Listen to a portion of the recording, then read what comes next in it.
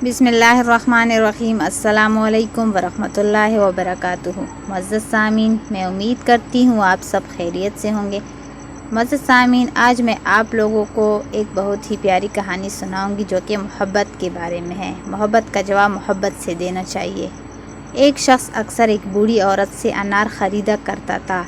वज़न व पैमाइश और कीमत की अदायगी से फ़ारिग़ होकर वो अनार को छाक करता और एक दाना अपने मुंह में डाल के शिकायत करता कि ये तो कट्टे हैं, और ये कह के वो अनार उस बूढ़ी औरत के हवाले कर देता।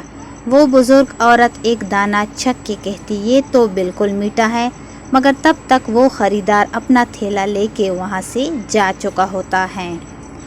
उस शख्स की ज़ौजा भी हर बार उसी के साथ ही होती थी।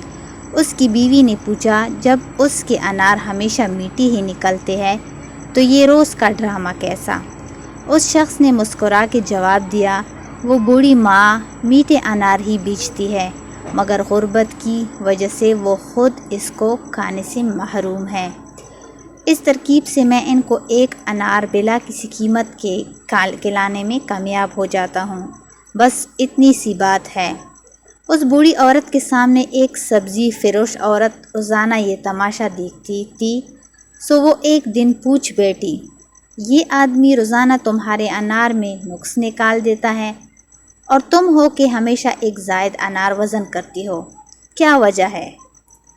ये सुन के बूढ़ी औरत के लबों पे मुस्कुराहट खिल गई और वो गोया हुई, मैं जानती हूँ कि वो ऐसा मुझे एक अनार खिलाने के लिए करता है, और वो ये सोच बैठा है कि मैं इससे बेगाना हूँ।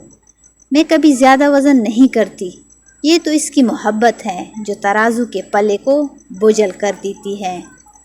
मोहब्बत और एहतराम की मुसर्रतें इन छोटे छोटे मीठे दानों में पहना है।